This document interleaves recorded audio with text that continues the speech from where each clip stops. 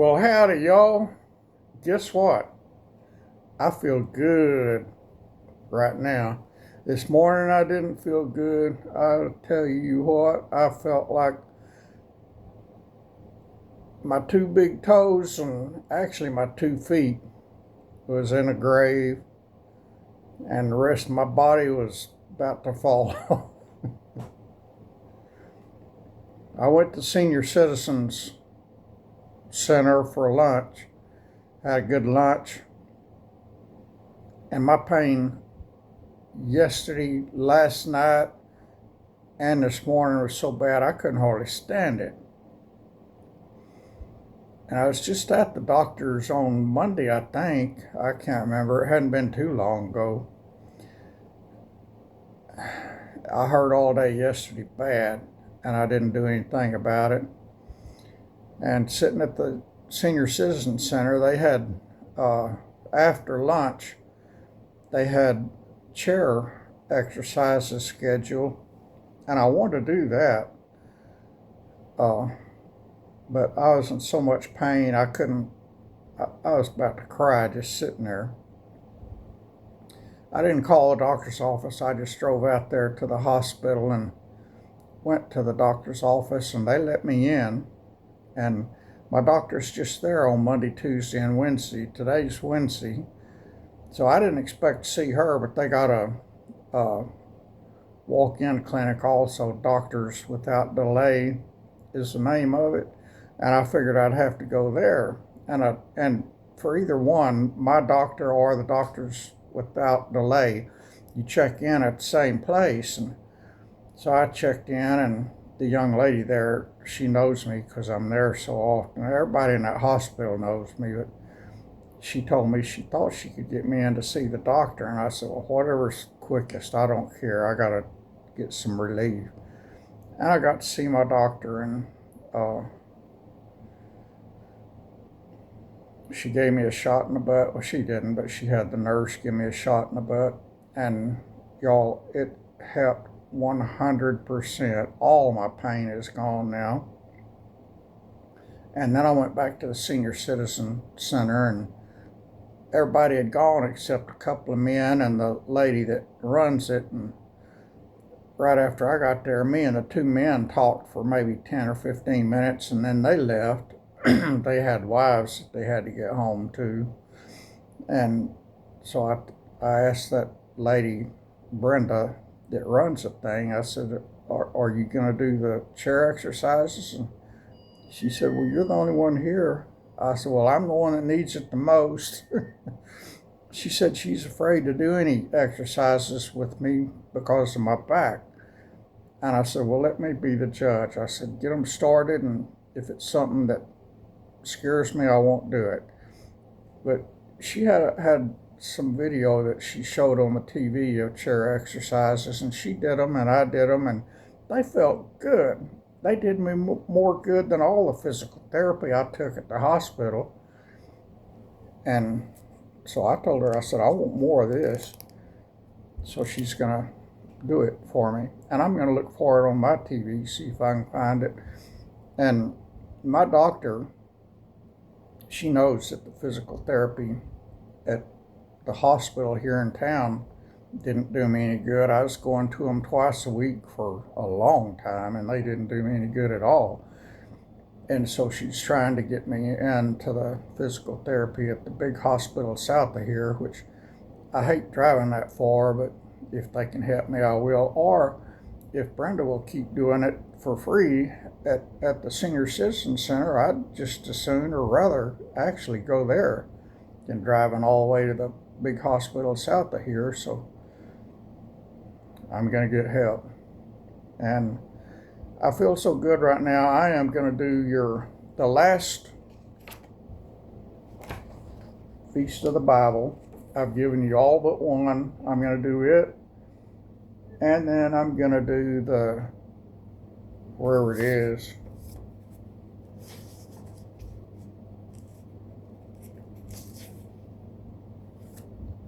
I don't know where it's at, but it's somewhere. I cleaned this place up yesterday. I bet it's in my Bible.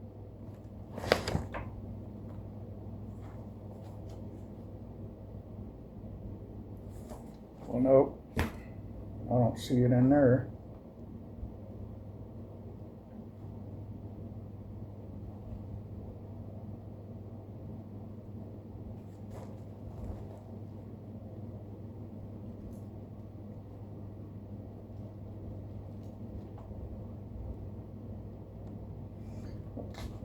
I don't know where it is. I'll have to find it. I know it's here. Oh, there it is, right there. Praying for the lost. I'm going to share that with you. But first, we're going to do the last of the feast. My nose started to itch. And this time it's Feast of the Lots. I was watching some Christian videos last night and early this morning before I had to take off. Preachers and teachers that's a whole lot more professional than me. And their videos are perfect. I mean, they're very professional. They dress up with their Sunday shirt and their tie, and they have a nice background, and they're like very serious and don't talk about aches and pains or financial problems or nothing like that. They just teach the Bible and preach the Bible, and they're done. Well, here, there's nothing professional about this channel. I tell you all about all my aches and pains, about all my troubles and trials, and about all my grumps and gripes, and y'all, they ain't no telling what you're going to get here with the bald-headed redneck. But I do share Jesus because I love him so much, and the world needs Jesus more than they need anything or anybody else. And so I share him, and I share his holy word. And whenever I happen to run across something like this, I share it with you too. So here we go, y'all. Feast of Lots. And it's also known as Purim. And it is observed the 14th or 15th of Adar, which is in February or March. And the scripture basis is the book of Esther. It doesn't, right there, it doesn't give me the reference. And look at that, I started bleeding. I got blood all over my finger and all over my hand, and I don't know why. I don't know what's under there. It doesn't look like anything, but my skin is so thin, it is always just a little bump and it starts bleeding. But anyway, let me start reading here. Oh, and I got my contact lens in, so it's going to be hard to read. And today I'm drinking that. I don't know what it is, but it tastes good. It's called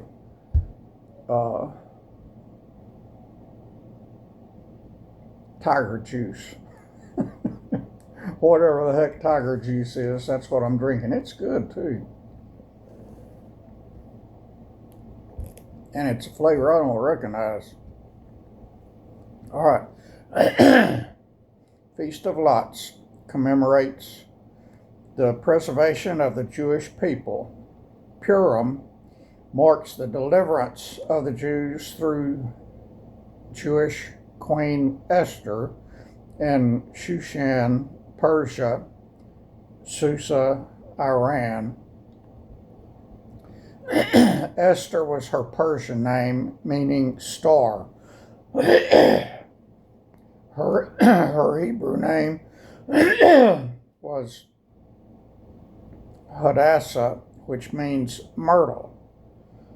The annual celebration of Purim is a joyous feast remembering the foiled plot of Haman to kill all the Jews living within King Xerxes' Ahasuerus kingdom. Esther's cousin Mordecai uncovered the plot and warned Esther, who then told the king.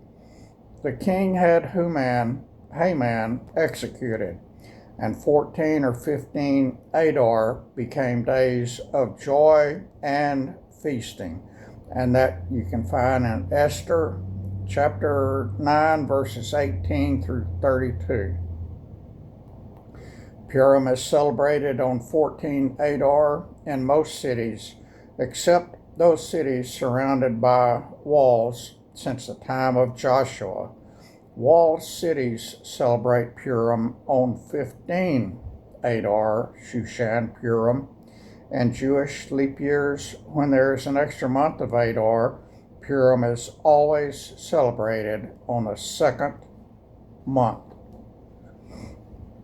Purim celebrates the story told in the book of Esther, Esther chapter 9, verses 18 through 32. It is a celebration of God's faithful protection of his people.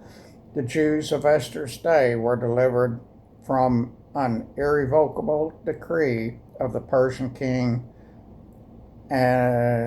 Ahasuerus.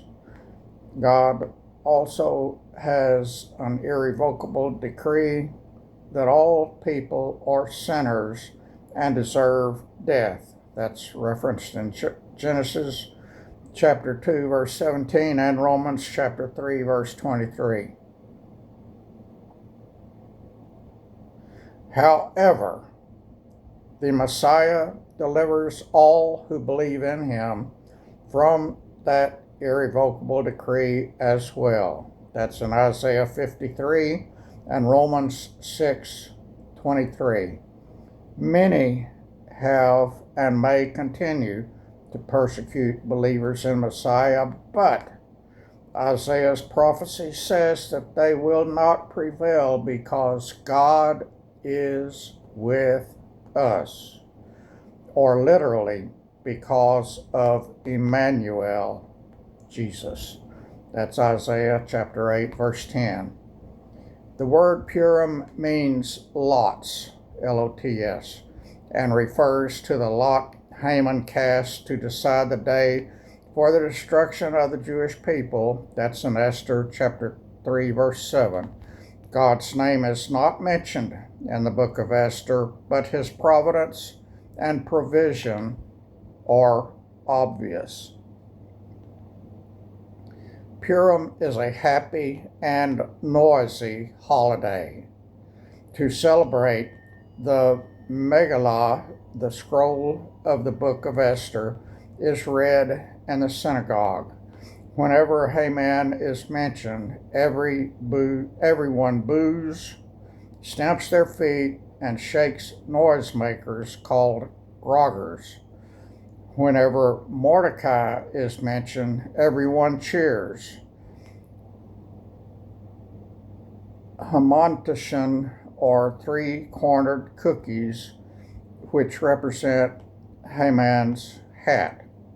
Other Purim customs include parades, dressing up as characters, and reenacting the story of Esther, parties, and carnivals. It is customary to give gifts to the poor on Purim. That's in Esther chapter 9, verse 2. And that's that, y'all. That was the final feast, and that's the Feast of Lots. So we can check that one off and be done. And look, there's another drop of blood. And I don't even know what happened there, but we're handling everything and be all right. I got a pain shot. I feel good. Well, I don't feel good, but the pain's pretty much all gone. There's still some, but not near as much as I had. All right, y'all, I'm going to go to that other how to pray for the lost, and we're going to start that in just a few minutes as soon as I get this video here started to upload. Alrighty, and we are finished with the feast. Now, where in the heck did that one go to? There it is. I'll check it off so I don't have to go back and look at my videos. All right. I'll be back shortly, y'all. I love you. I appreciate y'all. And that's something you probably won't hear the professional guys with the nice background and the Sunday shirt and dress tie wearing. They won't tell you they love you and that they appreciate you. They just take you for granted. But I do love you, and I do appreciate you, and I do pray for all of you. For anybody that watches my videos, I pray for you every day, because we all need to be lifted up in prayer. Even those that thinks their life is perfect needs to be lifted up in prayer, because it's a prayer of your friends and loved ones that probably keeps everything in your life all straightened out and running like a well-oiled machine. It doesn't just happen. Somebody's praying for you, and you need to be praying for others. Alrighty? That's it, y'all. I love you. I do appreciate you, and I do pray for you all every day. God bless you. I don't know who all watches my videos, but God does.